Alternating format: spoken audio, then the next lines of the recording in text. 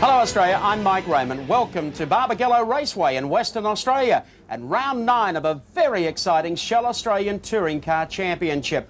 Everyone expected John Bowe to set the pace in qualifying here yesterday. He holds a 32-point buffer over Peter Brock and Glenn Seaton, but they have stolen the wood on him, Alan Moffat. Yes, Mike, the two fellows that can do the most damage to Bowe's championship aspirations are on the front row. They read the weather well yesterday and qualified just superbly. Here's the qualifying times from yesterday. Peter Brock, quick time with a 102.55, Glenn Seaton a 102.77. Then Thomas Mazera having a good run in the Mobile Commodore with a 102.84. And Larry Perkins, he's always there, isn't he? Row number 3, Tony Longhurst, great outing from the Castrol Falcon, then Jimmy Richards. Rounding out row number 4, Neil Crompton in the Coca-Cola Commodore and John Bowe in the Shell FAI Falcon. The draw for the Peter Jackson Dash on a Sunday morning usually means everything to Bowe. He pulled 3, not too bad, but Larry Perkins sprung the big surprise. Number 1, and he waited right to the last moment to really put it over everyone. And time to check out how they'll line up for the Peter Jackson Dash this morning at Barbagallo Raceway. Larry Perkins moves from the second row to pole position for the Dash in the Castrol Commodore with Jim Richards alongside in the Winfield Commodore. Second row is made up of John Bowe in the Shell Falcon and Wayne Gardner in the Coke Machine. Alan Jones in the Peter Jackson Machine and Thomas Mazera in the HRT Commodore. Out of row number 3, row 4, Tony Longhurst in the Castrol Falcon and Neil Crompton in the second of the Coke Commodores. And the back row, Peter Brock, fast time man, shares that with the second quick man, Glenn Seaton. 5 seconds away from the start now. Larry Perkins needs to get off to a good start from the line here. Jim Richards will be quick. In the Winfield Commodore, they get going. Perkins bobbles it a little bit, but Richards tries to move over. And John Bowe from the second row gets down, is spun, hits one of the Coke machines, goes around sideways, and almost backs it into the wall. So John Bowe has got major problems. Can you believe that? The critical round of the championship, and look at the way his day started. Damage, big damage there to Shell 18 Falcon, only 100 metres after the start. Red flag is out. Check them on the replay here. There's the touch of cars. Bowe was down the inside, got a touch from behind. He went across, got the first of the Coke machines, and then slid out of harm's way. Well, a dramatic moment in the 1995 Shell Australian Touring Car Championship. John Bowe, 100 metres off the line. You've hit that car very hard. What happened there? Well, I made a good start, Mark, and I got actually alongside and 3/4 of the way past Jimmy Richards, and he came down on me. He's hit me on the back left door, back guard, turned me around, and of course then Wayne Gardner's clipped me as I was coming through, or as I was turning around. So it certainly wasn't Wayne's fault. He was an innocent participant, but pretty disappointing. Thank you, Mark Osler. Larry Perkins comes down the hill for the restart to the Peter Jackson Dash. Might be timely to go back and have a look at race cam, our Tui's Blue replay from Neil Crompton's Coke Commodore. Look at this, you'll see the touch there going on between Richards. There's John Bowe. Crompton just misses it. Beautiful evasive action. There's the gap between Larry Perkins missing his Jim Richards from the front row. So Perkins sits there in the Castrol Commodore, ready to go for the rework of the Peter Jackson Dash. Alan Jones gets away quickly. Thomas Mazera bogs it down a little bit, and Longhurst comes up on the inside as they go down to the first right-hander. Looking a bit light on now with a few of those lead cars pushed out of the way. Crompton gets a little bit wide on turn 1 as they come up toward the hill. Larry Perkins in command here, but massively reduced field for this 4-lap sprint. Alan Jones is up to second spot, keeping in mind Alan Jones won this meeting last year, 12 months ago. He's right on the tail of Perkins in the Peter Jackson Falcon as they head downhill to the right-hander. Yeah, is he ever? And Larry, with that gap that he had off the line, you would have thought would have capitalized a bit more than he has at the moment. But here we are through the southern loop, up the fairly steep hill. Glenn Seaton is sitting in behind Peter Brock, and Brock and Seaton, now with Bowe out of this, have the opportunity to do something with passing points. There's Seaton trying the outside on Brock. They start to close up a little as they reach the bottom of the hill. Larry Perkins, the Castrol Commodore, exits that turn, but down on the inside of him, looking for some racing room, comes Alan Jones, and Perkins tries to protect the inside as they go down to the next right-hander. Come across. Critical opportunity. Oh, Larry gets really wide. You can see him just touch the brakes there as he put the wheel over the white line. Gets a little bit sideways as he tries to put the power down there side by side, as Castrol Race Cam shows us quite graphically. Alan Jones pushing through on the outside. Crompton now moves up behind Perkins. Has a look down the inside. More than a look. He's pushed him wide. Larry really loses 2 positions there within a lap. Crompton runs wide. Larry back up the inside. Good drag race as they come up the hill here, pulling close to 250 kilometres an hour as they come over the top of the hill. Another one's joined in. That's Tony Longhurst in the Castrol Falcon. That's been very quick this weekend. So look at Longhurst right on the battle here. So it's Alan Jones, Neil Crompton up to second, Perkins back to third, and now he's going to come under fire from the Castrol Falcon. Down this very steep area, he's down the inside. Racecam shows us. Very neat move on GIO Racecam as Longhurst pushes his way through Crompton. Now he's up to second position, really flying in the Castrol Falcon this weekend. The very best position that Tony's had this season. He's worked hard on this Falcon all year, and results here at Wanneroo for him looking good so far. Brock also wearing some battle scars there. You can see the magic tape all over the front of the car. Now he comes up on Perkins. Perkins is in trouble here. He really is slipping back through the field quite dramatically. Brock goes out the other side of the ripple strip on the entry to the pits. Manages to pull it back onto the line. They're all sort of falling over for Glenn Seaton at the moment. Seaton comes up behind Perkins. Nobody has had a problem with Perkins so far. He comes up the inside. Larry's very skatey there in the Castrol Holden. And here comes Glenn up on the inside, who started from the back row. So Glenn gets up, he passes Perkins. Perkins had this shot to bits. He's the leader in the Peter Jackson Series, that part of the Shell Australian Championship. But he successfully found a way of going from the front row to the rear of the field. Working the last lap with Alan Jones in car number 35. The track he likes very, very much. It looks pretty slippery out there at the moment. Yes, I think with all the rain that came down yesterday, Mark, it's probably just seeping through the track a little bit and causing these guys some worries, and certainly giving Larry plenty of worries this morning. But here's Alan Jones. Last corner comes up now. Checkered flag at the ready as Jones makes the exit from the turn. He's going to win it, and he does. Forward first, forward second, and Neil Crompton in the Coke Corner gets up to third spot with Seaton up to fourth after starting at the back of the field. So that winning way going for AJ. And the lineup now for the Auto Action Privateers Cup. What a series it's been this year, running in conjunction with the championship. Local Claude Georgie in the Gyprock Falcon starts on the front row with Ian Love in the Coco's Restaurant Commodore. Row 2 is Paul Romano from Queensland and Alf Barbagallo in the Fortron Commodore. Row number 3, John Trimble in the Daily Planet Falcon and Alan McCarthy in the AmCap Commodore. Row 4, David Parsons and David Attard in the Alcare Air Conditioning Machine. Kevin Waldock starts up back in the Team Komatsu Falcon. Set for a start. Off the line, Claude Georgie gets away quickly, but is now outgunned by Ian Love, who gets down the outside in that yellow Commodore, the Coco's Restaurant Machine. There's been tons of drama here because Alf Barbagallo in the PM-FM Commodore was to have started up there on row number 2. Unfortunately, he misread the green flag for the warm-up lap of the race, and he's found up back in the pits. Alan McCarthy hit the curb, a big wallop there, got the car right out of shape, managed to pull it back in, but Love well in control here as he leads him over the hill for the first time. Very dramatic start to the Privateers Dash. Claude Georgie now coming back on the tail of Love. I thought would have got off the line a little better than he did. Now Love finds himself under pressure as Claude Georgie brings the Gyprock Falcon, one of the Glenn Seaton cars that he purchased. And he's up the inside to put the pressure on. This is going to be pretty tight as they run downhill here. Georgie up on the inside, takes away the lead in the Auto Action Dash. The run for the Privateers, coming in for the completion of first, and they're side by side out of this turn. Oh. That curb is nasty. They get on the wrong angle there. They can spin it very easily, but he recovered, lost 3 spots. Here's Alan McCarthy up on the inside of Claude Georgie as they go to the bottom corner through that turn. Georgie's in control. Only qualified 20th yesterday, but a great start. Pulled number 1 in the dash. Bit of a West Australian hero. He's run a... Oh, look at his way out of shape. Good Lord, Claude. He's gone. But he's out of harm's way. Hasn't done much damage. I think he's probably dislodged the front spoiler on the car just a touch. He gets it back onto the hard stuff, and off he goes. Solid as a Gyprock, if you know what I mean. 1,300 kilos. When they go pretty dramatically. Well, we've seen here earlier this morning, this track is very green. There's been so much rain, there's no rubber down, and aren't the cars slipping and sliding all over the the place. Well, McCarthy now leads it as he goes up the hill. Paul Romano and David Attard, who have been the outstanding privateers in the Shell Australian Championship Series, now starting to put the big moves on. The race leader has got away to probably 10 or 15 lengths, but he looked a little shaky last time by. Romano in second, Attard is third as they come out of the corner and across the line. When they look back at the Auto Action Privateers Dash, they'll always remember Alf Barbagallo, the man who sponsors the circuit.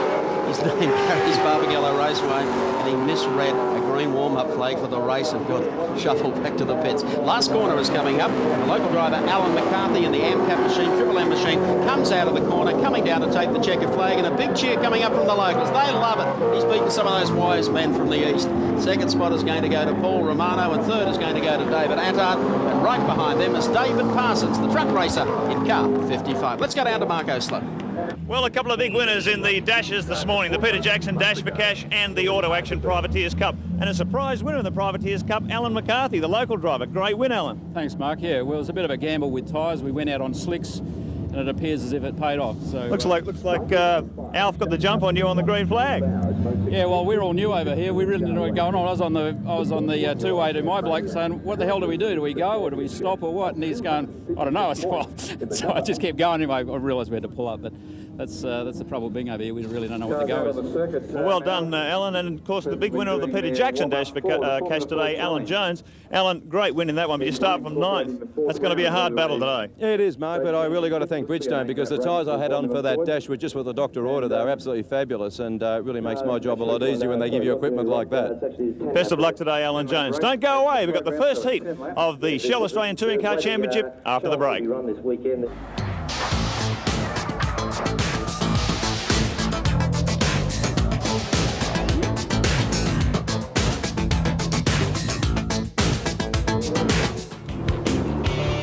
Back here before an absolute sellout crowd at Barbagallo Raceway, car number 18, the Shell Series leader, it's John Bowen. Can you imagine that is the same car that crashed so heavily in the Peter Jackson Dash earlier this morning? It's time now for heat number one. Let's look at the lineup. Peter Brock, the grand man, and the Mobile Commodore has pole position with a 102.55. Sharing the front row is Glenn Seaton, the Peter Jackson Falcon, with a 102.77. Row number 2, Thomas Mazzera, the Mobile Commodore, and Larry Perkins in the Castrol machine. Row 3 is Tony Longhurst. What a great effort that in the Castrol Falcon. But Jimmy Richards, another great superb performance in qualifying in the Winfield Commodore. Row 4, Neil Crompton in the Coca-Cola Holden, and alongside him, championship leader John Bowen. The fifth row sees Alan Jones in the PJ Falcon on the inside and Wayne Gardner, the Coke machine, on the outside. Row number 6, Mark Scaife, the defending champ in the Winfield Commodore, and Dick Johnson in the Shell FAI Falcon. From row 7, car 10, Mark Larkham in the Mitre 10 Ford with Alan McCarthy, the local star, alongside him in the AMCAP Holden. Row 8, Paul Romano and David Attard in the Alcare air conditioning car alongside him. Next row, David Parsons, and he'll be sharing with Ian Love in the Coco's Restaurant Commodore, Alf Barbagallo on the inside in the Fortune Commodore, and Claude Georgie in the Gyprock Falcon EB.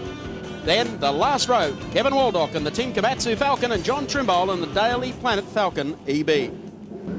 10 seconds away from the start, the two Bridgestone men, Peter Brock and Glenn Seaton, the class of the field. They're up front, the light turns to green, and gun-ho Glenn tries to get it, but Brocky's up smartly. Perkins goes the outside, Mazzera comes down the inside. Jones is out on the grass, he needs a lawnmower. They head into the right hand, and Bow got away pretty gingerly, but he's made a good start, and they all go through turn number 1. But, as you can see, Glenn Seaton in the Peter Jackson Falcon gets up to lead the two HRT Commodores. Another fabulous start by Glenn Seaton. He's really on form after his wins in Malala last weekend. But Brocky right on his heels here, getting ready for the big slingshot down into the hill. Should be a fascinating battle this. This is coming to crunch time in the championship for 1995. Glenn Seaton leads them down the hill for the first time. He's got the Holden Racing Team Army, 2 of them right behind him as they sweep up toward pit straight. Look at the hold up behind Perkins. Well, John Bow will pay the penalty through not qualifying strongly yesterday. Brock and Mazzera put a good one together. And here is Seaton stretching it going down the hill. Brock in second. Mazzera will protect that, and Tony Longhurst jumps out of the draft as he tries to get to Tony Longhurst. Yes, up on the inside of Larry Perkins. Couldn't do it that time. Next is John Bow, and Dick Johnson sits one back off. Across the line, one done. John Bow tries to get down the inside. Oh, there's Mark Larkham in trouble too on turn 1. Very, very hectic opening lap to this first heat. John Bow testing out Tony Longhurst up pit straight that time. I'm not sure if he was able to make any ground on him, but boy, it's hectic stuff here. Longhurst has really done well this weekend. They were happy enough at Malala, but just couldn't really get everything down that they wanted to. But here, Tony coming up to the back of the field here, the back of the leaders, I might add. Here they are heading on. Look at Johnny Bow tucked in behind Tony there. He tried to get past him on the pit straight that time around. He's right up behind him as they come down toward the loop. This will be a really tough test of John Bow's resolve and indeed his coolness under enormous pressure here this weekend. Well, I think he can probably deliver on that front. The problem is he can't afford to go banging fenders and wind up as we did in the dash. That was not really his fault, but he almost came unglued the last time around. He keeps diving under Longhurst. Here comes Crompton up on the inside. He wants to join the party. They exit that turn across the strike, 2 done. And Glenn Seaton's out to 3 car lengths over the 2 HRT Commodores of Peter Brock and Thomas Mazzera. Just a fantastic echo here past the main straight with the revs of 7.5. All these V8s pounding out horsepower, thousands and thousands of horsepower here in front of us in one go. They just look fantastic. I'll tell you what, you've got to give a big green tick to the guys at Shell FAI, those great team of engineers, Jimmy and Ross Stone, working on this car. It was very, very badly damaged, car 18. The front chassis rails are actually bent, but they've got their own repair equipment on it to get the car repaired. And look at it, it hasn't got a scratch on it. Absolutely fantastic work on behalf of the Shell FAI guys. They're not going down without a fight. Well, they say in this business you can get yourself in trouble quite easily, but it's getting out of it that counts. And they've done a superb job here this morning to get John back into this race. Look at the high-speed freight train here, and here's the pressure man. Peter Brock, second in the championship, and Bow really cannot afford to let this guy get too far in front of him. He really needs to leave this championship round with 21 points ahead of Brock if he's going to win it. Boy, he's got a tall order on his plate today. Holden Race Team cars looking good as usual. Under the guiding hand of Ron Hare. These fellows have been working extremely hard this year on little things, a little bit here, a little bit there. It's all adding up. They got 2 fabulous drivers that can relay what they want out of the cars. It's not happening by accident.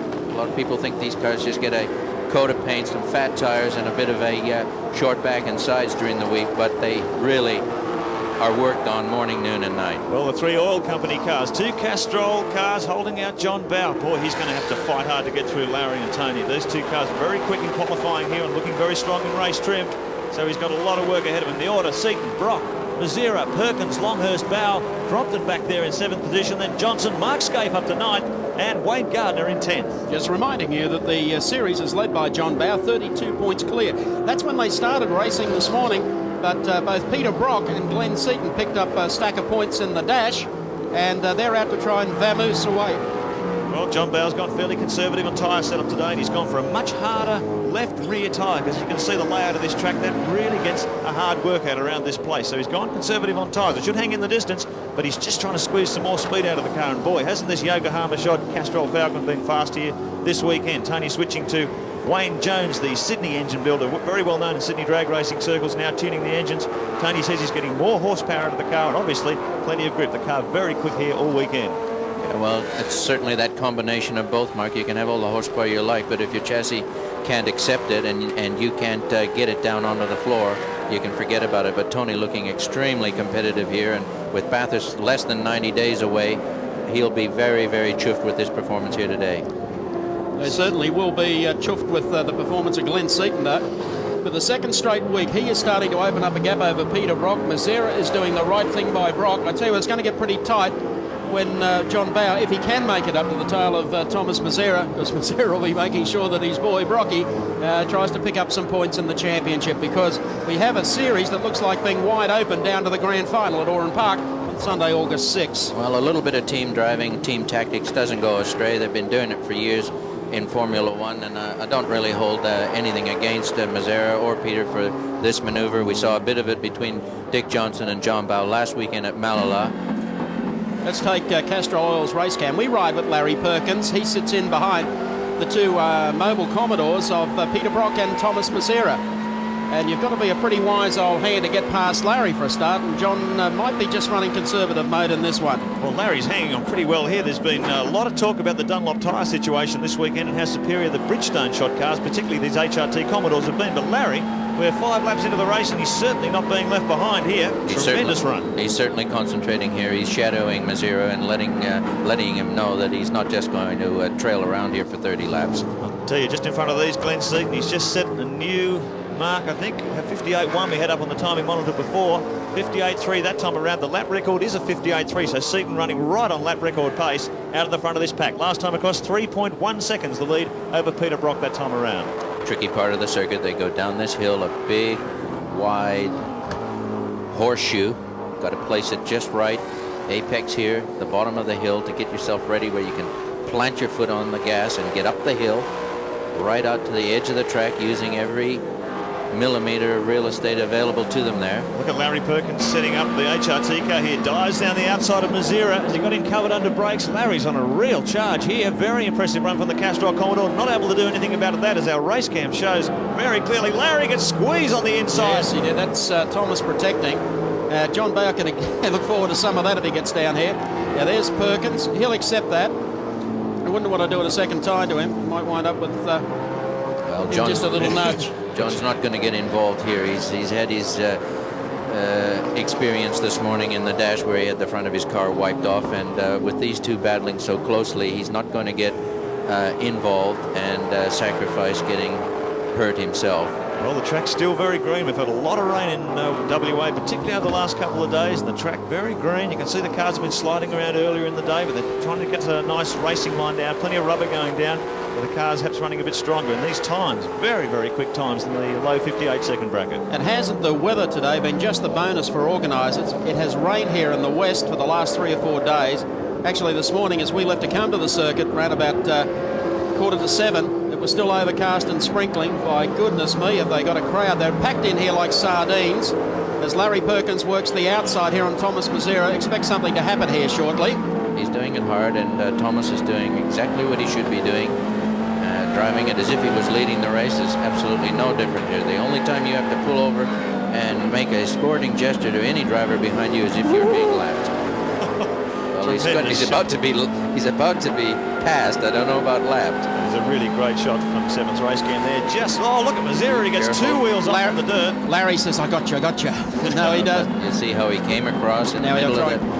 He blocked the corner, and Larry couldn't capitalize on it, but Thomas's car really is oversteering in a number of these situations. That corner over the top, he put him right off the line. You can see he was oversteering on the power that time around. Thomas may be having a bit of trouble with tyres here. The car's looking quite unbalanced this early stage of the race. 8 laps into this 30-lapper. Now here he goes. Knopps looking for the inside, but he backed it off on him.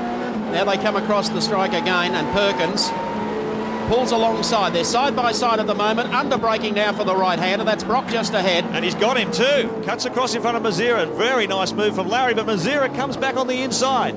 Just had the front of the Mobile Commodore into the rear quarter panel of Perkins' car, but no touch. And Perkins moves up, and the crowd are cheering. Good driving there by Larry, really concentrating, forcing himself, not saying this car isn't going to get by on automatic pilot. I've got to make it happen.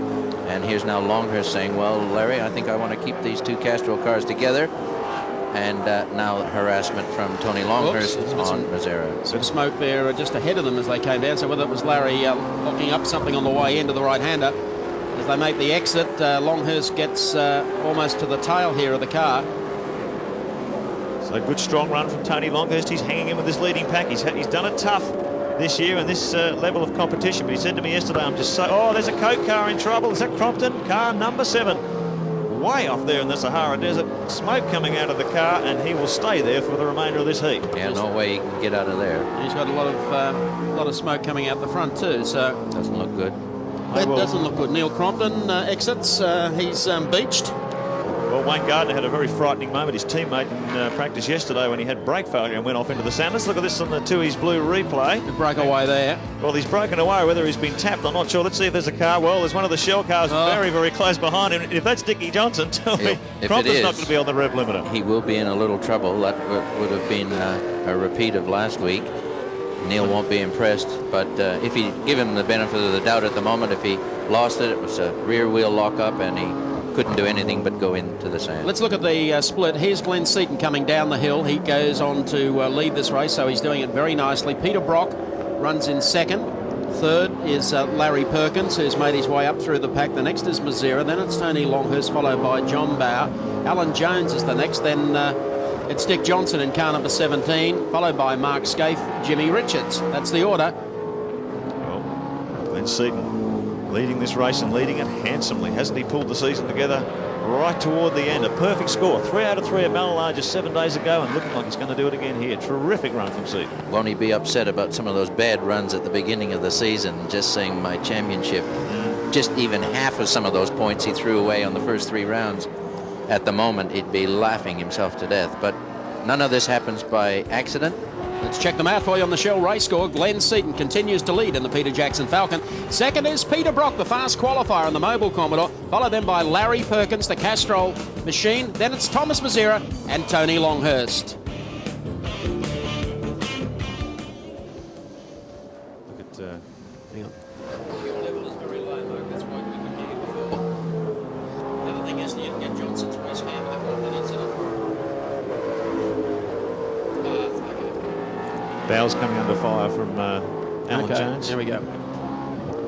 Back here at Barbagallo Raceway, it's a long walk back. There's plenty of sand here if you put one in the bunker. But Neil Crompton on his way back to the pits, and that is a long, long walk. Yes, Neil hasn't had to do this very often, and he'll be rehearsing his lines if it was an incident, and if he has to account for his actions to his team management, he'll be practicing his words. Alan Jones, meanwhile, has made up a lot of ground here. Comes up down on the inside. Oh. Hey, out of the way. Let's go some racing. John just turned in so late there, and by the time he realised where he was, Jones was well in alongside him. There's nothing he could do. Pushed out of the way. Jones moves up again, so Bow now starting to struggle for a bit of speed. Not so much pushed out of the way, passed. Passed out of the way. Coming downhill. So Jones is a big mover, and he was here last year. In the meantime, Thomas Mazera has Tony Longhurst hanging off to the right-hand side of the road as they come down here. Jones will be up to keep them company very, very shortly. John Bow slipping back through the pack, so that makes Brock's advantage. And a fairly important day for Peter Brock if he can get by Glenn Seaton, pull up that 32-point deficit. It's going to be pretty tight stuff by the time they go to Oran Park in the grand final. Lap 13 out of 30. Well, just over third distance, his 30 lap, and John Bow looking at his lap times that last time around with that little mistake at the bottom of Luke cost him a 1 minute lap time there. Everyone else running in the 59s. I hope John's not in trouble either mechanically from that shunt or in tyre trouble. He's certainly struggling at the moment. Back there in 7th position, he's got his teammate Johnson behind him. Yes, uncharacteristic deficit here. We're not accustomed to seeing John Bow that far back, but here's our race leader, Glenn Seaton, car number 30. The gap is then back to Peter Brock. There goes Brock through on the inside. The next is Larry Perkins in the Castrol car. Then it's Thomas Mazera, the HRT Commodore, with Tony Longhurst on the inside of him. Alan Jones is next. Then right behind them, the two Shell FAI Falcons, and behind them, it's Mark Scaife. And it is starting to tighten up. I mean, Scaife has just come on strongly, and his car is shod by Yokohama's. And Dick is sitting in behind Bow, just playing rear gunner for him. Oh, Wayne Gardner, your Coke cars are in trouble here today. Gardner off in the sand too. The pause that distresses. Oh, he's really been in the wars. The battle damage on the car from that dash earlier in the day. Now he's in the sand. be trying to... Well, he'll get out. But it just has not been. Here's what happened. It just broke away. That's where he had the brake problem in practice yesterday and hit the binders doing 170 clicks. Nothing there. The pedal was on the floor and he went straight across. Hello. And a hand coming up there for Glenn Seaton in car number 30. I think he might have been acknowledging the yellow flag. Yep. Acknowledging the yellow flag as he went into the turn as Wayne Gardner was trying to get out of there. So Seaton's opened it up, just holding that gap, just over 3 seconds from Peter Brock. Larry Perkins in third position, of course, another 2 seconds behind him. Then it's Mazera. Longhurst hanging on in fifth. Alan Jones, as we saw, passed John Bow a couple laps ago for sixth. Bow and Johnson running 7th and 8th. Scaife in 9th and Richards in 10th. And boy, the competition's hot in that front 10. They once again come out of, I guess you'd call it the sand trap. Someone did suggest that this is a sand trap with a circuit just built inside it. It's getting tight, though, in the middle of the pack. Jones is the one making a lot of ground, and here are the two Shell FAI Falcons with Mark Scaife, who hasn't really had a great weekend so far in car number 1 after looking very good at Malala in the Winfield Commodore. Struggling to get some speed out of the red cars. It's been a very inconsistent season too. They were very quick some meetings and slow at others. And look at Tony Longhurst up the inside of Alan Jones here, and a very, very clean overtaking manoeuvre. He just walked past him. So down into Bridgestone corner, Tony Longhurst. Oh, Alan Jones is in trouble. You can see he went offline there. Has he got a mechanical failure in the car? There's smoke belching from the front front left wheel, I should say. Where's that smoke coming from? That looks like it's coming out from behind the bumper bar, Alan. Maybe a mechanical problem. It could be, man. He's backed off as well as limping. So Alan Jones, who we saw just past Bow a few laps ago. Let's see if Bow can pounce on him this time around. He's certainly slowing. Alan Jones, very unusual. Tony Longhurst pushing past him onto the corner on the straight that time. Ran off line. What is that? It's like it's the top of the guard. We shall see. Whether or not he will come in. Wayne Gardner about to have a lap put on him by Glenn Seaton. Brock remains a second on the merit order with Perkins in third. Mazzera is still fourth, followed by Longhurst in fifth.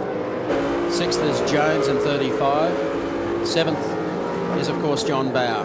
He's the boss. Dunlop race cam. Dick Johnson playing rear gunner for Bower. He would have liked to perform Malala as well, as this championship gets very, very tight. Penultimate round. One more to go at Oran Park, and every point John Bower can get here this afternoon is so crucial. Well, he seems to be struggling, and that's, if you recall, last week at Malala, they had problems with a caliper in their first race that John went down the order a little bit. That's a great Dunlop roof cam shot that we have. Gives you an indication as they go downhill and into the right-hander. Neil Crompton's car was off there to the left, and it's hard acceleration up the hill, and then another run downhill to the right hand of the start-finishing straight. Looking at the lap times, all the Bridgestone cars ahead of them are running in the 59-second bracket. The Dunlop cars behind them now slipping up into the 1 minute, so good tyres will be playing a critical role here. It may well be. Larry Perkins, though, Castrol Commodore on Dunlop tyres. He's running very strongly with the Bridgestone runners in the top three, so Larry may have made a good call here on tyres for this opening heat. We'll see how things develop. Dick Johnson hanging beside. John just sticks the car up on the curbs a little bit. And right behind Dick Johnson, who carries our Dunlop race cam, is Mark Scaife, who has been fairly close to them. As Alf Barbagallo, I think, is the first one in for a change of rubber. Change of something. Out of the event. So Seaton still in control. Brock in second. Perkins, Mazzera. Position staying fairly static. Mark Scaife qualified 11th, now up at 9th, and sniffing around the back bumper bar of Johnson's car. Yes, he's looking threatening. He's close enough to be certainly a worry to Dick. And Dick pulls out ever so marginally, right hand down a bit, but Mark not quite close enough to be a threat under brakes at the bottom of the main straight. Well, Larry's gone for quite an unusual tyre setup on the car too, which should be interesting as he battles. Oh, we've got one coming past the start-finish line that's sounding very rough. It was it that could be Alan Jones. No, it's Longhurst, I think. Well, one of those cars that came past us sounding very, very rough in that pack. So as you can see, Longhurst has dropped back through there. Well, look at the smoke coming from the front of Jones' car. It's getting worse as the race progresses. Longhurst pulls across and allows the rest of them to go through. So it was Tony Longhurst. Yep. That's a great shame. More horsepower, more grip, very strong this weekend, but it's not going to be. It's one more point for John Bower. John Bower, every time this happens, he moves up a peg. Well, here's Mark Scaife now starting to come into his own. Didn't get a very good run in qualifying yesterday. Was out of the top 10. Once again, Dick just pulls over a little. There's no intention there to want to pass Bower. And Scaife, amazingly, can't do anything about it. No, on clear lap time. Scaife matching them lap for lap at the moment. The two Yokohama and Dunlop cars. Bridgestone cars leading very handsomely at the front of the field. Almost a second a lap faster at this moment. Yes, the Bridgestone march will be worrying the opposition at the moment with Bathurst so close. The decision for all the tire companies on which type of tire, certainly the compounding that they want to choose, and they can only do it once. They can't make 13 different sets and hope for the best. They've got to make a decision. The Dunlop guys really have had to squeeze on this weekend too, because Steve Ashmore, the UK tyre development boss, is out here. He has to go back tonight to England with an order book full of Bathurst tyres. So these guys have got to make their decision on what tyre they're going to run at Mount Panorama, and that's a tough call. So many tyres required for Bathurst, Mark, that they just can't load up a 747 and hope for the best. Well, just as long as the same tyres are available for all the runners. Would be nice. Lap 21 laps down at this 30 lapper, 9 to go. Glenn Seaton leading a merry dance here. Brock still in second position, 2.7 seconds behind Seaton with Perkins, another 4 seconds behind Brock. So position's fairly static as the tyres wear down in this fascinating battle. Yes, Glenn Seaton doing it very, very nicely. He got a lot of wind up his sails last weekend. 3 starts, 3 wins, and just spread eagling this field. Would feel tremendous here at the moment. I would have thought that the Brock, the last couple of laps, has actually gained a little territory back. Not a lot. Well, Seaton had it out to 3 seconds last time around. It was 2.7 on the previous lap. So we'll just wait for the transponders to come up. 2.46. So Brock's down under 2.5 seconds behind Seaton. He is closing the gap, a few tenths each time. Brocky just thinking to himself, 32 points to make up. Seaton's in the better position, I guess, in making some up. But Brock desperately needs 32. After his charge through the field at Malala, Brocky's probably feeling a bit lonely out here, saying, "Where's the action, chaps?" But we can be reminded that all of the cars are behind him on this occasion. There's Mazzera has gone back. There's the gap from Brock back to Larry Perkins. Thomas Mazzera is probably about 4 car lengths back behind Perkins as he makes the exit. Very consistent weekend for Larry Perkins. The only bad luck he had was in the dash this morning when not quite sure what went wrong. He chose the wrong tires. It got just a little bit too dry for the intermediates that he was wanting to run, and it cost him dearly when the race unfolded and the track was drier than he'd expected. Just behind Larry, John Bowe has just moved up on Alan Jones. Alan must be struggling with that mechanical problem, whatever it is. That smoke billowing from the front guard. And Dick Johnson has also gone through. So behind Larry Perkins here, you'll be seeing his mirrors full of Shell Falcons. They continue the pace they've got at the moment. Perkins working hard. The wheel of the Castrol Commodore out over the top, trying to keep the thing nice and straight, preserve those tyres. There's Thomas Mazzera up behind Wayne Gardner, who's recovered. Mazzera currently running in 4th position. They're lapping Wayne at this stage.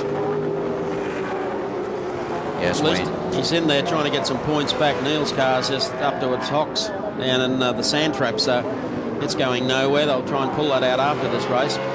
Here comes...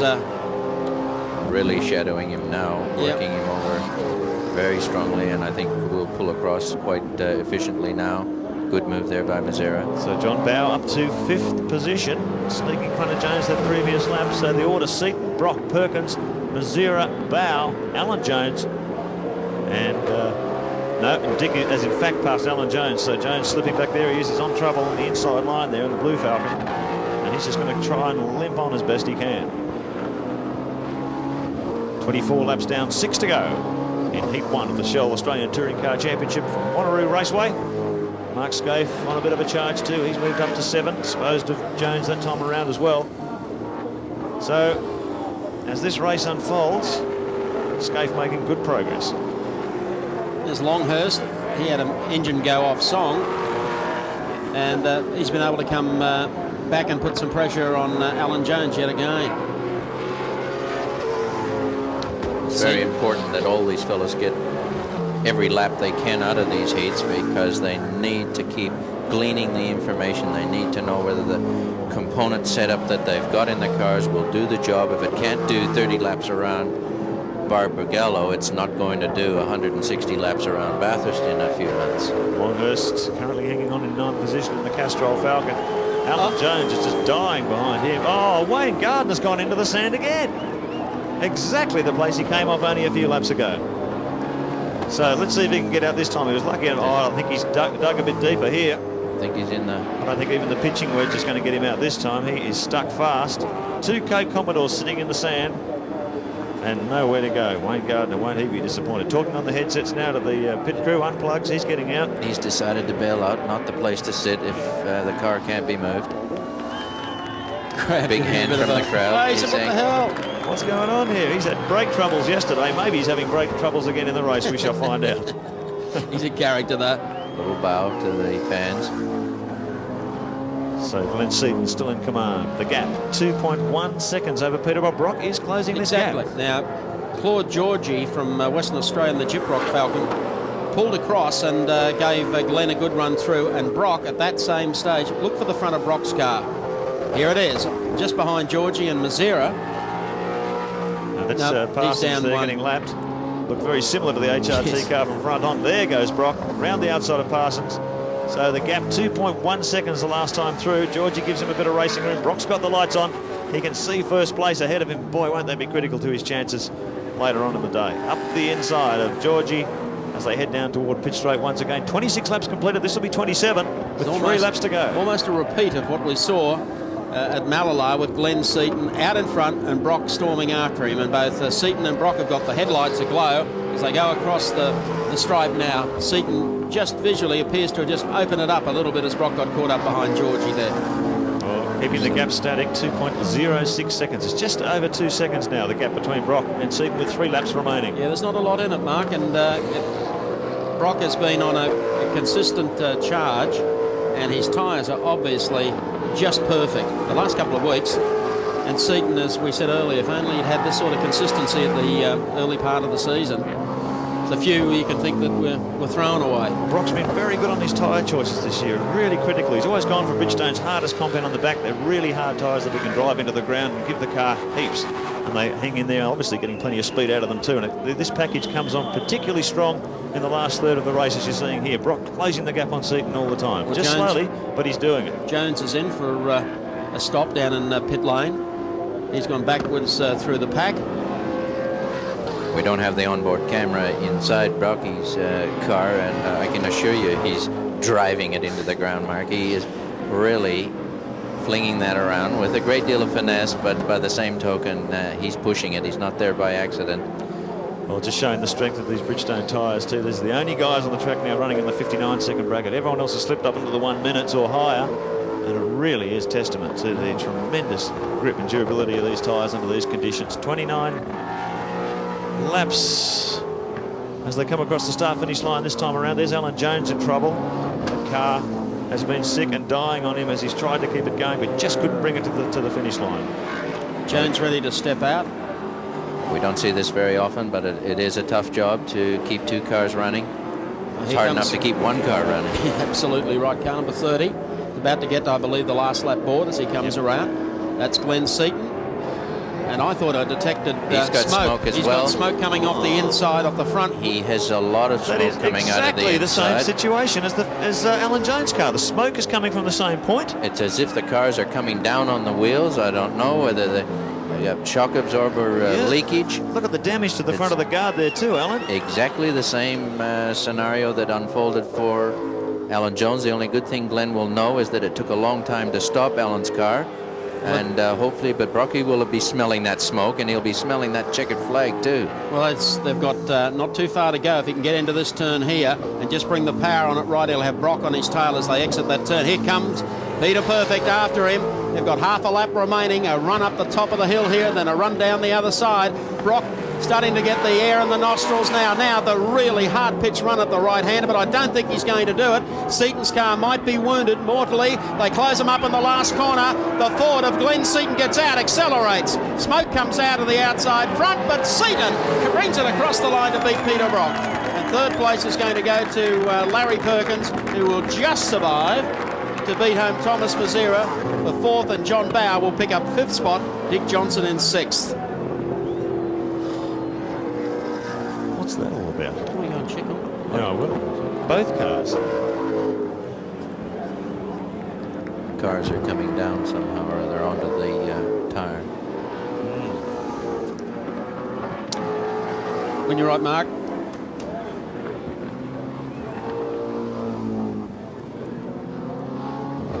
You should have it now.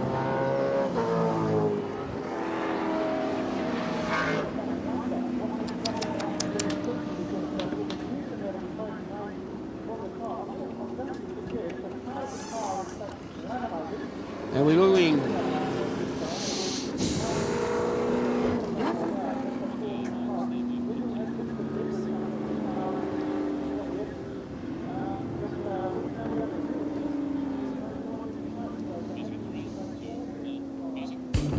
Let's check out the top 10 for you in race number 1 from Barbagallo. Glenn Seaton, just the winner over Peter Brock. Larry Perkins finished in 3rd. Thomas Mazzera was 4th, and John Bauer picked up 5th place.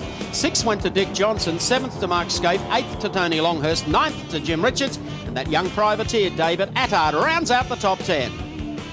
Glenn Seaton has pole for the second race here at Barbagallo this afternoon, and Peter Brock will be on the front row. Row number 2 will be made up of Larry Perkins in the Castrol Commodore and Thomas Mazzera in the Mobile Commodore. And moving up, Johnny Bow up to 5th position. Good result that with Dick Johnson, his teammate, alongside him. And on row 4, Mark Scaife, a good move too, back up there, and Tony Longhurst with the car repaired alongside Mark. Row number 5 is Jim Richards in the Winfield Racing Commodore, and 49, the first of the privateers, David Attard in the Alcare Air Conditioning Commodore. Row 6, Paul Romano, another of the privateers from Queensland, and Alan McCarthy in the AmCap Commodore here from Western Australia. Row 7, Mark Larkham in the Mitre 10 Falcon, and Claude Georgie, the local guy, in the Gyprock Falcon alongside him. Row 8, David Parsons in the Commodore, and Ian Love also on that line. Row number 9 is Alan Jones, the Peter Jackson Falcon, and Wayne Gardner alongside in the Coke Commodore. Row number 10, Alf Barbagallo in the Fortron Commodore, and Neil Crompton in the Coke Commodore. That leaves Kevin Waldorf in the Team Komatsu Falcon at the tail of the pack.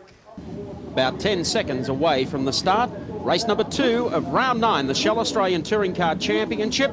Peter Brock now only 22 points behind the series leader John Bow, and they're set to go. The front row, Brock and Seaton. Green light on. Seaton wins the start, and Perkins up the inside here could take the lot of them.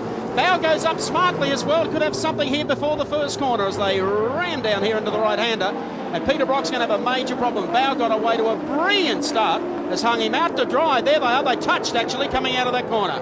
Great start there from John Bow. He really leapt off that second row, almost got squeezed for space, was able to push through to 3rd position. Brilliant start from the series leader. And Brock, he's just shuffled back a little bit in the pack. Johnson went out on the grass actually and managed to hold it back on the track. So a very fraught start to Heat 2 here today. Yeah, Glenn away really beautifully again. He's really got this start down pat. He knows what he wants to do. But a fabulous start here from these two fellas, Larry and John. And John now challenging Larry going up the hill. Will be interesting when we catch them. Well, he almost got him. He stuck his nose up inside the Castrol Commodore coming out of the loop that time. Didn't quite have the speed on him coming out of the corner up toward the hill, but he's in 3rd position. I reckon he'd be very, very happy with that start. What a great start to Heat 2 for him. Now Perkins will try and work his way across to the right-hand side of the racetrack to protect himself for the next turn. Bow comes down. There's one of the McCarthy actually went a way bit on the wide side out of that turn. They go into the bottom corner, and now we have John Bow trying to pick up those points. Brock sits back one behind Bow, and they'll have to deal with Larry Perkins, who had no tyre problems whatsoever with these Dunlops in the first heat this morning. Well, as Mike said on the start line, 22 points now, the gap between Peter Brock and this man, John Bow. Boy, it's getting tight in this championship chase, looking like going all the way down to Oran Park. And any extra points Bow can get here are going to be so valuable to him in that Sydney final. Look at him. Bow up on the inside. Perkins went a little on the wide side. Peter Brock can see that now. The horsepower comes into play. John Bow with the Falcon on the inside, and Larry trying to move across to the right-hand side of the circuit. They'll come down the hill, and they are pacing it out. This is flat strap, just on 180 kilometres an hour, and Bow gets it under brakes. He moves up one spot to 2nd. Brilliant move by John Bow under brakes there. He held Perkins side by side. No shortage of grunt from the Castrol Chevy, but John had just enough, and he's got a wheel mark on the side of the door to prove it. These guys have been running side by side. Larry Perkins sits in here, carries our Castrol Oils race cam. There's Glenn Seaton disappearing out of that turn. John Bow just a touch sideways out of there. Perkins back in 3rd, Brock is 4th. That's the order into the left-hander. Oh, well, with nothing but fresh air in front of him, Seaton has got the ability to make every millimetre count for him. A little bit of fighting here between John Bow and Larry Perkins. Hard to get onto Seaton's bumper bar at this stage, but real great manoeuvring by John Bow. And here come the Brockman. Right up behind Larry Perkins, and Dick Johnson's there as well. He wants to get towards the front. Johnson has already been at, I guess, an inquiry today over Neil Crompton going off into the sand trap. That's Crompton's 2nd departure into sand traps in the last 2 weeks. Dick allegedly the culprit. Well, Johnny Bow absolutely flying here. And saw in the last few laps, I think that was the final lap of the opening heat, that big puff of smoke from the front of Seaton's car. It was actually just a fiberglass shroud off one of the air jacks that got caught in the wheel and puffed out a bit of smoke. So Seaton's car running absolutely perfectly. Here's Johnson defending from Tony Longhurst. He too has been back in the garage. Had a terrible electrical misfire in the Castrol Falcon. They hope they've cured it for Heat 2. You always run strongly here, Tony. So too does Larry Perkins. And Brock really has been making brilliant starts the last couple of rounds. Made a bit of a shocker that time and is paying the penalty. He's got catch-up motor racing to do. And Dick Johnson's going to harry him a little bit more. If he can pull one more posse off Brock, That's going to ease up the burden on John Bower. Terrific stuff. The two 50-year-old champions, multiple winners of Australian Championships and Bathurst, here side by side, bumper to bumper, going right down to the wire in Heat 2. Come out behind Perkins now. Johnson fills the mirrors of the 05 Commodore as they come over the hill. 250 kilometres an hour, approaching the braking area for pit straight. Look at Johnson. He darts one way, back the other way, right up behind Brock under brakes. Deary me, that was close. He is pushing it. Dick Johnson is certainly not going to be outdone in this field, and he is harassing anyone that gets near him. Keep in mind the championship situation here. He is playing rear gunner to John in the points, and boy, is the man who is the biggest threat to Bower in championship season 95. Peter Brock, and Johnson is going to make him work for every point he gets. Big slide there by Johnson as he came out of the pit straight hairpin. Yeah, actually, we noticed when in the first heat this morning, just before he launched Neil Crompton into a sand trap, there was a huge amount of smoke off the tyre, so he's locked up something going down the hill here this morning and run into the back of Crompton. Here we go, 05 coming up through the apex of the southern loop, up this hill.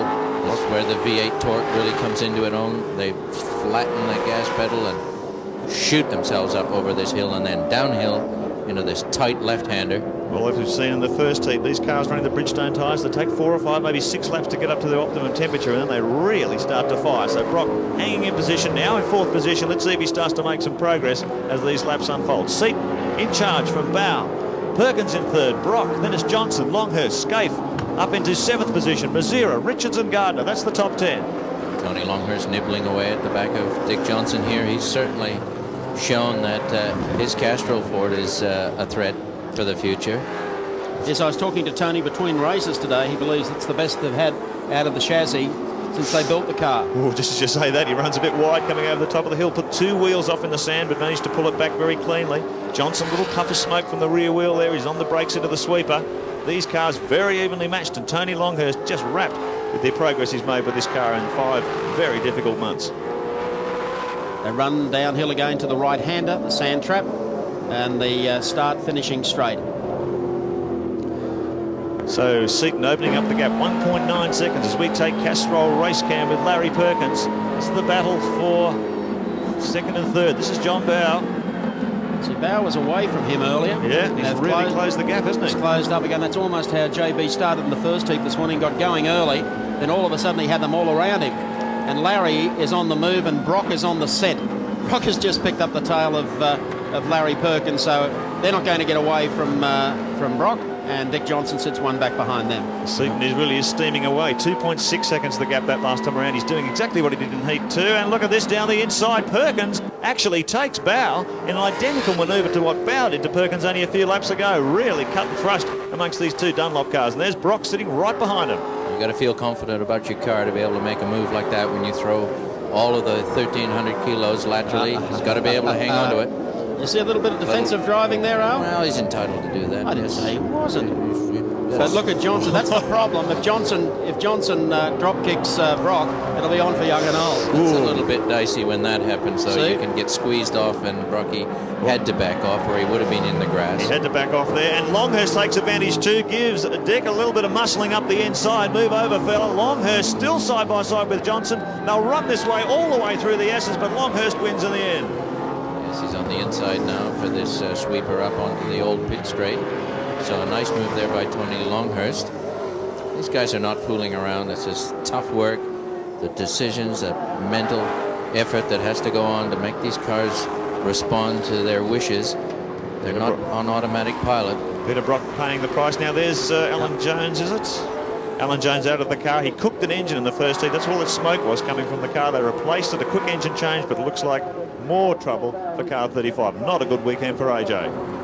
The bottom of the hill once again. Brock closes up behind John Bower, and here's Tony. Now, Tony's got too much in the way of points, and see JB just keeps trying to get across on the grass. Now this will be interesting stuff. Now, Pete will want to have this all fairly well tuned because he could lose out of this. These guys have got to be so careful. One little slip from one of these car 18 or car 05, the championship battle, the balance will change altogether. Look at Longhurst. He's been able to capitalise there. Pushes up behind John Bower. Boy, he's going like a train. Now this is a beaut run here for the Yokohama team. Tony, long-time stalwart supporter of the Yokohama brand, and they've helped him enormously in his career. making dividends come through here at a nice time for their preparations for Bathurst. Tell you what, there's nothing wrong with the Longhurst car. Now, John again, JB running the inside here of the track. Brock was halfway up there and pulled out. Coming under fire from Longhurst under brakes, but John's taken the conservative line inside. There's nothing Tony can do about him there, and he'll switch back and cover the infield line so he's covered for the next corner. Good, strong defensive driving from Bow. He hasn't put a foot on yet, but like it's only lap 9 of this 30-lapper. See, this has been coming, and I'm telling you, if Pete isn't smart enough to read it, there's 22 points in the championship, and I think Dick's concentrating on John more than what his own race is concerned. It just agitates him. As soon as he can get a little squint at the tail of the 05 car, it's on for young and old. He's up there. I've never seen Dick so inspired in a long number of touring car races. He's really just driving the wheels off this Shell 17 Falcon. Right behind Brocky. He's not going to let him get away. Lap times pretty well obviously identical at this stage of the race. Seaton out to 2.7 seconds the gap over Perkins in second. And then this great battle between Bow, Longhurst, Brock and Johnson. Now, Longhurst makes a run again, but no one's going to get down the inside. You'll notice how JB... He's really trying to... He just protects that. Now, if Tony can get a really tight line out of here and nudge down... Well, there's so much action going on here down pit straight. This is a terrific race, make no mistake. And so was the opening race at Malala. Lap 10, 30 lapper with third distance. John Bow coming under enormous pressure from Tony Longhurst. Tell you what, Wayne Jones, the Sydney engine builder who's taken over Tony's program, if he was lacking for grunt, it's certainly showing here. This car is very, very quick, particularly up the hill. The only reason he's under pressure is because he's not running as fast as those behind him and he's holding the train up, that's why. That's right. And under pressure in the championship too, knowing every point he can get here is going to be so vital when he tries to fight them off at Oran Park. Here's Tony Longhurst, currently running in 4th position. Well, John Sorzak and the boys from Castrol should be delighted with this season with the performance of Larry Perkins and Tony. That was a big gamble to come up with a Holden and a Ford team, which they announced at Bathurst last year. They took a big gamble, but Tony, starting from scratch, it's unlikely he was always going to get too much support from the other 2 Ford teams, but he's been able to do it almost as an independent all season. He's up there running with them now and looking good. Look at this, horsepower. That's the Shell Series leader going down the straight, and that's the man challenging Tony Longhurst. Well, it's good pressure driving from John Bow. We saw this sort of thing at Winton when he won the start and he was able to just hold that conservative line consistently for the whole lap distance. If he can do that here, he should keep able to this bunch boxed in behind him. But boy, he's under pressure. He is working them over. There's no two ways about that. But every one of these fellows is doing a superb job. Here's Mark Scaife has joined the Congo line and just watching things unfold in front of him. They're all lapping in the 59-second bracket. Even Seaton at the front of the pack is only a few tenths up on this bunch, so he's not really holding them up too much. Although look at the way they're piling up behind Bow. He's got a freight train behind him. One little slip and they're all going to be through. Down the hill they come again. We'll check them out on our Shell race score. Glenn Seaton, the race leader over Larry Perkins. Bow is 3rd, Longhurst is 4th, and Peter Brock is 5th. Don't go away, there's more to come.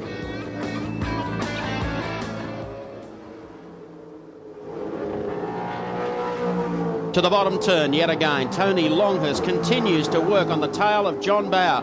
The Wanneroo circuit doesn't allow for too much side-by-side racing because of the nature of the tight turns. But the 2 behind John Bow got their headlights on. Tony Longhurst is throwing everything at him, including the kitchen sink and the drinks.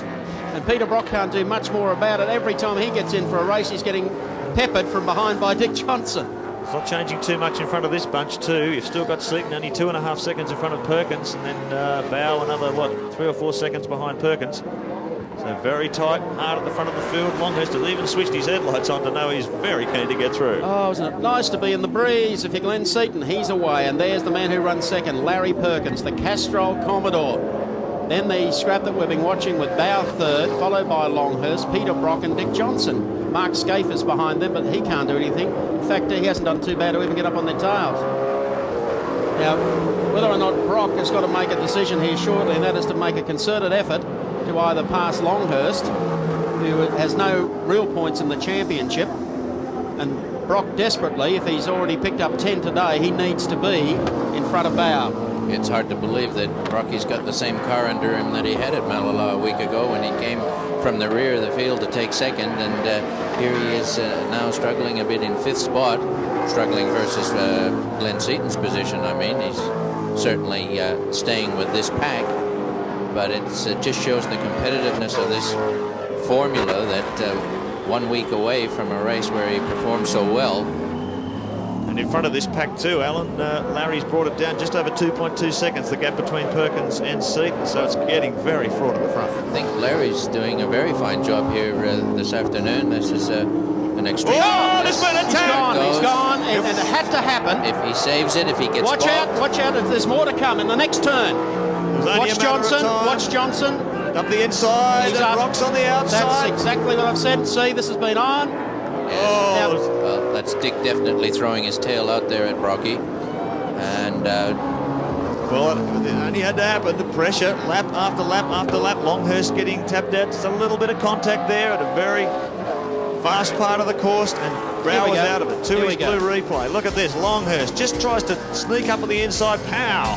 he had to stay in it. It was cheeky of him to hit John. It was inexcusable, but by the same token, he had to stay in it. Otherwise, it could have created a heck of a T-bone situation. Well, they are a lot of antagonism between Longhurst and Bow from past championships, and I hope Tony isn't saying, well, that'll take care of that one, John. Well, I don't know. I mean, I'm thinking of Winton a few years ago. Yeah, exactly. I was just thinking whether or not it'd be a hard one for the stewards, that, because John had a break, then all of a sudden he had them closed up left, right and centre, and every time they'd go to move to pass on the inside, he'd shut the door on them. Now, the big thing here is going to be the clash between two old foes, Dick Johnson and Peter Brock. Johnson knows that Bow is back about 8 spots in the pack. Brock needs some more points, so he needs to finish in front of Dick. And the championship goes down to the wire at Oran Park. Tony Perich, how did he buy everyone to arrange this one? Boy, oh boy, 15 Enough to make you want to burn up your ticket. Your union card should be waving in the breeze at this stage, shouldn't it? Well, here they come out of the bottom turn. Longhurst, Johnson. Now Brock trying to figure, well, hang on, how far back is JB? He left the scene. Just gone half distance, 15 laps or 15 and a half laps down in this 30 lapper, coming up to complete 16. Tony Longhurst up in third position now. Perkins and Seaton ahead of him. There's Johnson fending off Brock with Scaife coming into the battle too. Jimmy Richards, Thomas Mazira, Gardner and Crompton. And with Bow just out of the top 10, running back in 11th spot. I've got no doubt that JB will come back through the pack, but he's given them a good start. He'll have the 2 Coke cars and Thomas Mazira to play with. But this is where the action is. It's Dick Johnson, the wily man from Queensland, and the bloke who threatens to take his partner's championship off him in the final round at Oran Park, and that's Peter Brock. There's Glenn Seaton. There's another man too who could also take it off him. Glenn Seaton is coming gangbusters at the final part of the season. There's Larry Perkins in second position. Big gap there. There's Alf Barbagallo, who will be lapped. And there's our third place man, Tony Longhurst. Dick Johnson behind him with Peter Brock right on his hammer. So up the hill, back toward the pit straight once again. Brock filling the mirrors of Johnson's car. Johnson well up to the task. Blocks every move. Brock under brakes. Has a look down the inside. Hasn't quite got him covered. He'll have to follow him through to pit straight this time around.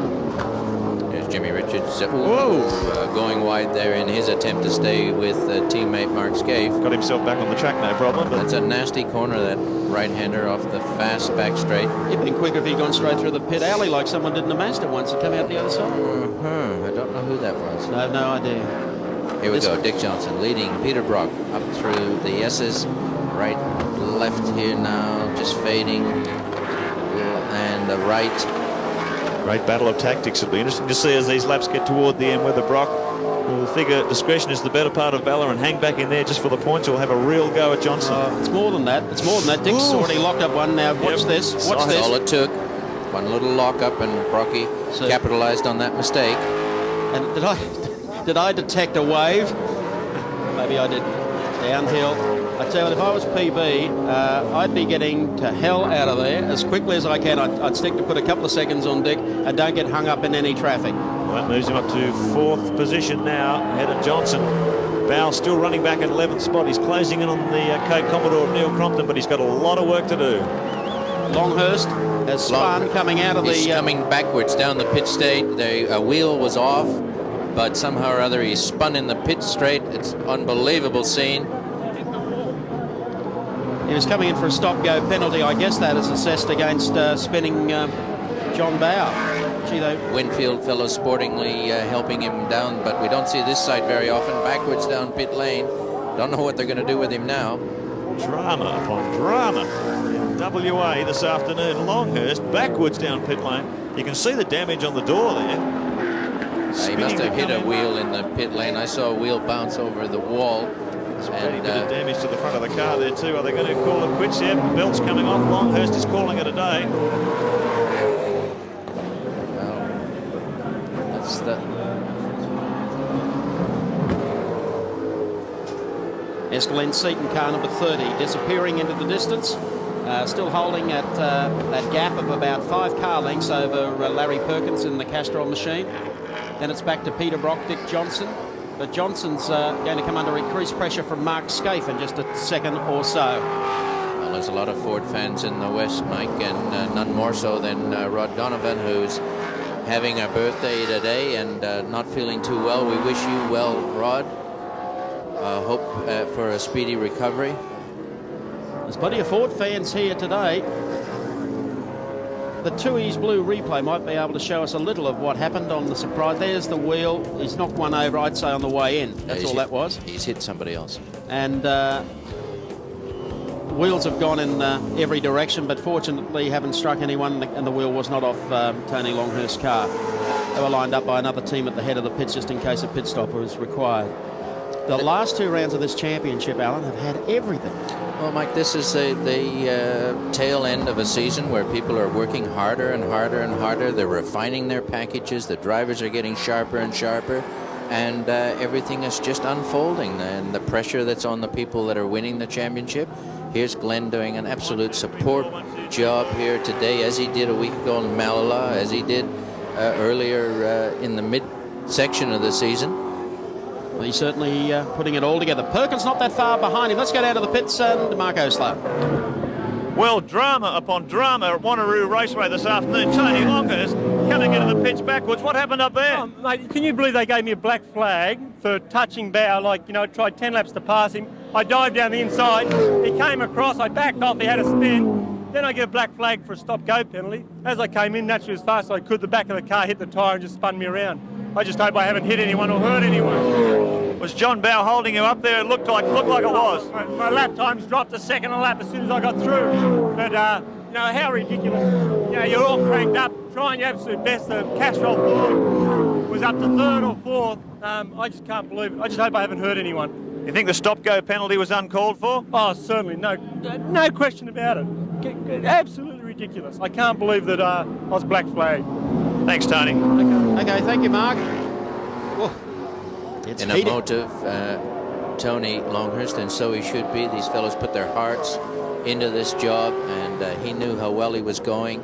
Didn't feel that he'd hurt John too much, and they're suffering a stop-go. Probably going to hear about this one in the press over the next week. Well, the stop goes, I'd go along with most of that, Alan, if they were consistent. Yes. But here we are, one meeting away from a grand final, and they're handing out stop-and-go penalties for those that are playing around with John Bow. I mean, we've had to wait a week for the hearing on Dick Johnson punting Crompton off. From Malala, exactly. Yeah. Anyway, here we have. There's Larry Perkins. He's doing well. Perkins in the Castrol Oils race cam. David Scanlon and all the boys. They'd be delighted, as I said earlier, with the form of not only Larry, but Tony finds a way to get on television, doesn't he?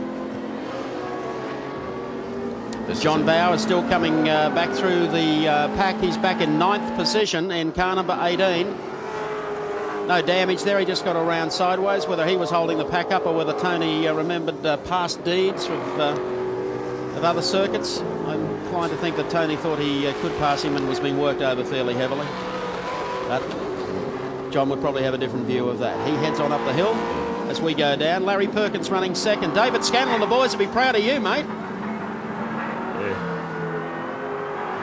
I think he's concentrating a bit there. He's missed our link from the helicopter. No, I got you there. You got us, Larry? Yeah. Sorry, mate, just take your own time. I was just saying that David Scanlon, the boys, you and Tony, have given them a result in Western Australia. Well, it's about time, too. We've been a bit behind here. I'm not really making much headway on old Seaton up here either. Well, the car feel good? Yeah. Well, I'll tell you, you've got it down to 1.5 seconds now, Larry, so you're chipping away at him. Yeah, I just got to keep it smooth on these exits and not try to spin the wheels too much. Well, you got a lot of them behind you, mate. Just stay where you are. Yeah, no, that's great. Thanks. All right, we'll let you go. Concentrate. Thanks, mate.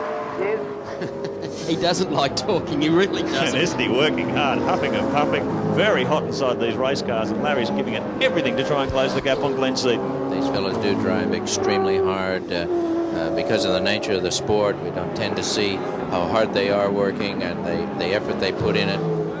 Believe me, excruciating on times. To it, Johnson.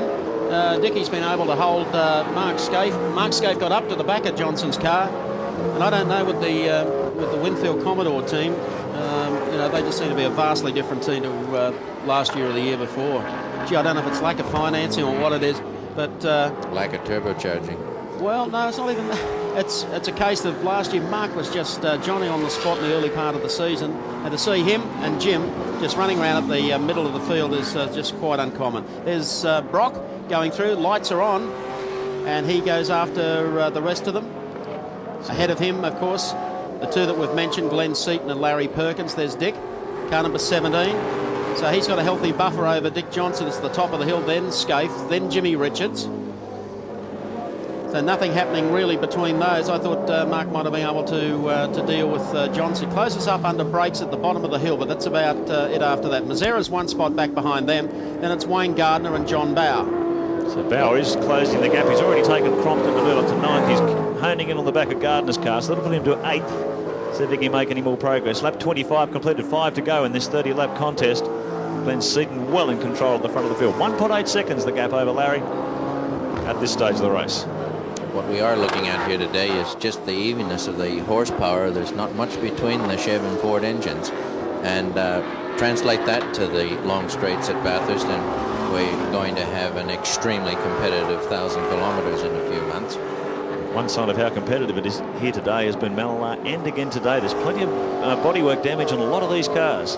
Let's wait for the scrap that's going on. Oops! I think that's the Coco's restaurant car, the 31 car. You in love?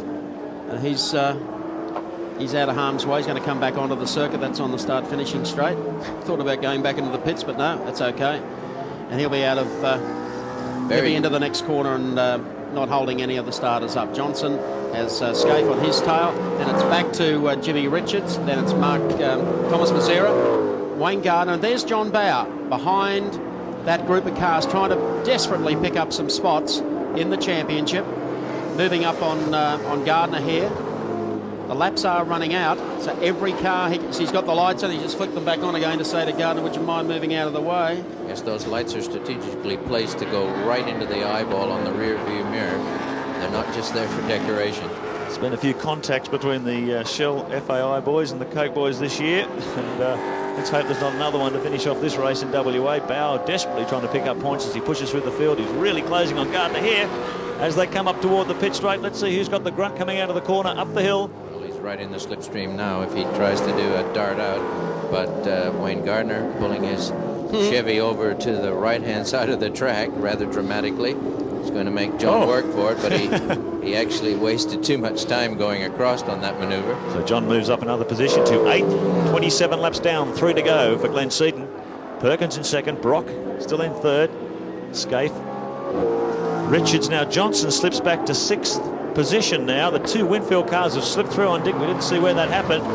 Maybe a mistake on Dick's part because both of them have sneaked their way through. Then that puts Mazera one back behind Dick Johnson. There's the first of the Winfield cars, Mark Scaife going through. Richards is one spot behind him. And then an interesting situation where Thomas Mazera and John Bauer will be together.